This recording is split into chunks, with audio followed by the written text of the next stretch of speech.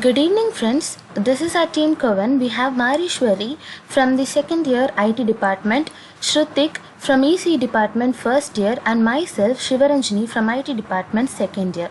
So we have actually tried with two questions. So the first one that we have tried is design a burglar alarm with the help of suitable sensors and components. So this is the burglar alarm that we have designed. So we have a PIR sensor and an Arduino. So this is the code that you're seeing on the right side. So we have a serial monitor and I'll show you how it works. So I'm going to start the simulation. So the sensor is activated but the alarm is off. So whenever I move this, so that it's like a person is crossing through this area, so the alarm will be automatically on.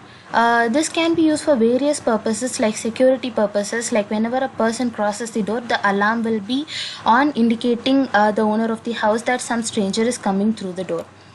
So this is done, and now we'll see the second one. So the second one that we have chosen is PVR Cinemas has various 20 restrooms on all the floors. The lights are in on condition in each restroom.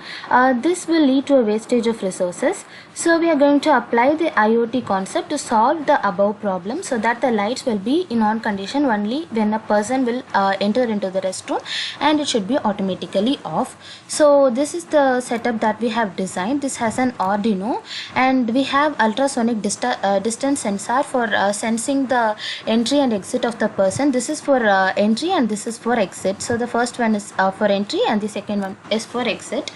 So I'm going to show how this works. So we have the code here, and we also have the serial monitor. So I'm starting the simulation now for this one.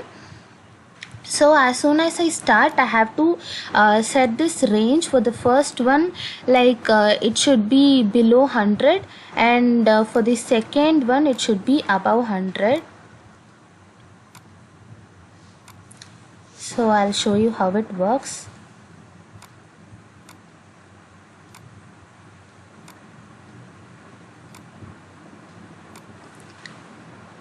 So whenever this condition satisfies, the light will be on. So whenever we change the condition, the light will be automatically off also.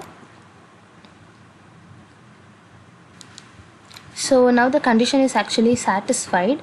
So the light is on. Now I'll explain the concept that we have understood and for what we have worked upon. So whenever a person comes here, it's like he is inside, so the light will be on, and so whenever another person interferes this space, the light should not be off. So we have set this condition like the value should be over 100 for first one, and the value should be below 100 for second one, or the vice versa.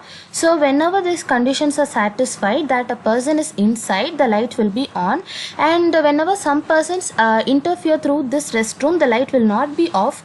It will be in on condition. Whenever the person who has entered the restroom will exit only, the light will be going to the off condition. So that's it for our project. Thank you all.